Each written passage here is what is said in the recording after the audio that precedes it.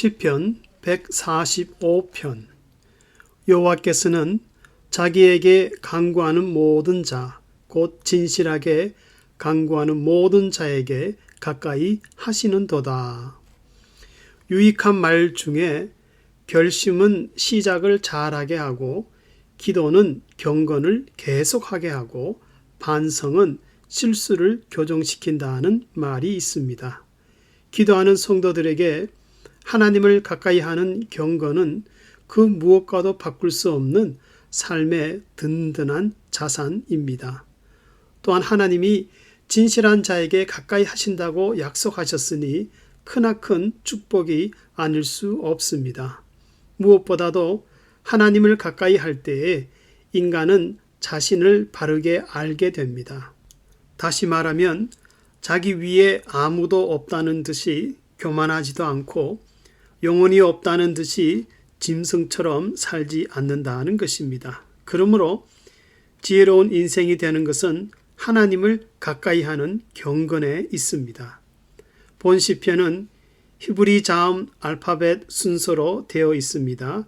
그러나 13절과 14절 사이에 눈이라는 알파벳이 빠져 있지만은 150개의 히브리 단어로 구성이 되어 있습니다. 그런데 150개의 단어들은 모든 시편의 단어들을 함축한 것과 같고, 또한 150편의 모든 시편을 잘 나타내는 단어들이라고 학자들은 말하고 있습니다.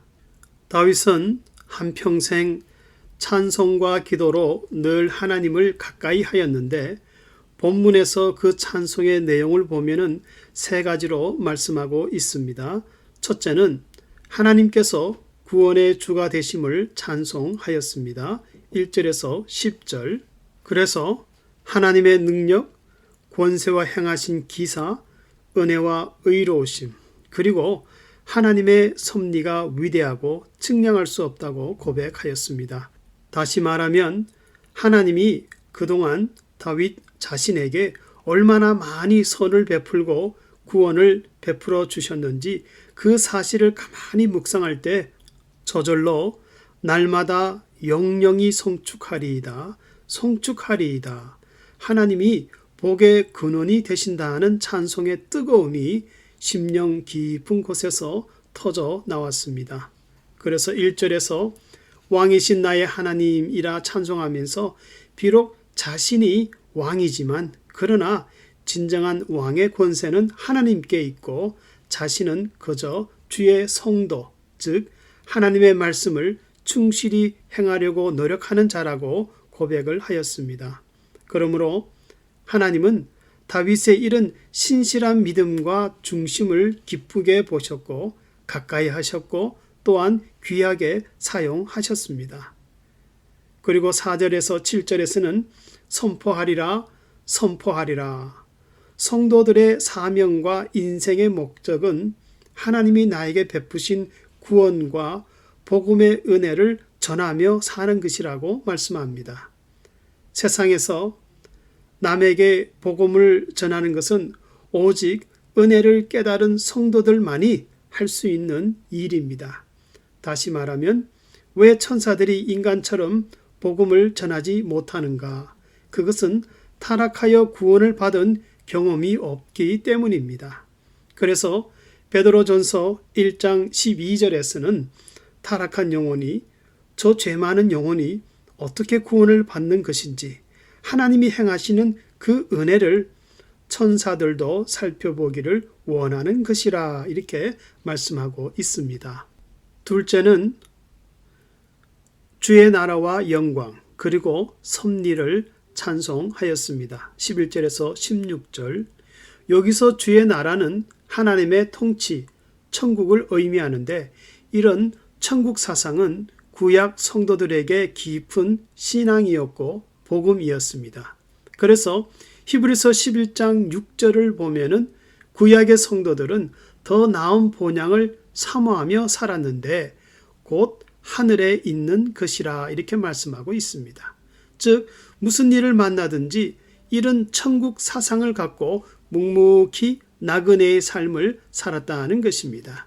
그리고 주의 나라, 하나님의 통치는 세상에서 추상적이고 막연한 것이 아니라 실제로 성도들의 삶에 펼쳐지고 체험되는 것이었습니다. 그러므로 14절에서는 하나님이 모든 넘어지는 자, 인생의 무거운 짐이나 핍박 때문에 넘어지는 자를 붙드시며 비굴한 자, 짓밟힌 자를 어려운 환경에서 살아날 수 있도록 믿음과 용기를 주어서 일으키신다라고 말씀하고 있습니다. 과거에 영국의 윌리엄 문이라는 머리 좋은 대학생이 있었습니다. 그러나 그는 자칭 무신론자였습니다. 그런데 어릴 때 열병으로 한쪽 눈을 잃었던 윌리엄이 21세가 되어서는 완전히 명인이 되었습니다. 그리고 절망 속에서 믿지도 않던 하나님께 하나님, 어째서 나에게 이런 일이 일어나야 합니까? 하고 눈물로 기도하게 되었습니다. 그러다가 기도 중에 이 세상에는 자기와 같은 많은 맹인들이 있다는 것을 문득 깨달았고 실명하기 전에 거리에서 보았던 맹인들의 모습이 떠올랐습니다. 윌리엄은 그때부터 맹인들을 위한 점자를 연구하였고 나중에는 문타입이라는 점자를 발명하였습니다.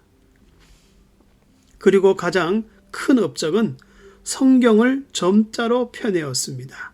결국 절망 속에서 부르짖던 그 고통의 기도가 과거에 하나님을 거부하던 불신앙을 청산하는 새로운 출발점이 되었고 또한 하나님은 윌리엄을 일으켜서 다른 사람들도 성경을 통하여 광명을 얻게 하셨습니다. 이처럼 누구든지 하나님께 무릎을 꿇는 자는 살아계신 하나님의 은혜와 섭리를 경험하게 됩니다.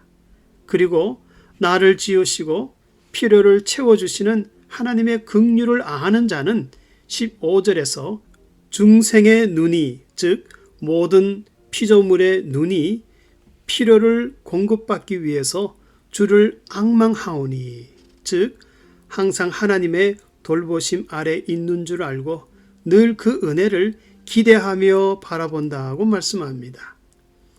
셋째로 마지막으로 고통당하는 성도들의 기도 응답을 찬송하고 있습니다. 17절에서 21절 하나님은 성도들의 기도를 거절치 아니하시고 가까이 하시며 소원을 이루시며 구원하신다고 거듭 말씀하고 있습니다. 그 이유는 고통 중에 있는 성도들의 기도가 진실한 간구여 하나님을 경외하되 마음을 다하는 기도이기 때문입니다. 성도님들은 하나님이 응답하시도록 진실한 기도를 하십니까? 여호와께서는 자기에게 간구하는 모든 자, 곧 진실하게 간구하는 모든 자에게 가까이 하시도다. 이 말씀은 신실하게 하나님을 의지하는 자에게 주시는 불멸의 약속이요 축복입니다. 이러한 약속의 은혜가 넘칠 수 있기를 주의 이름으로 축원합니다.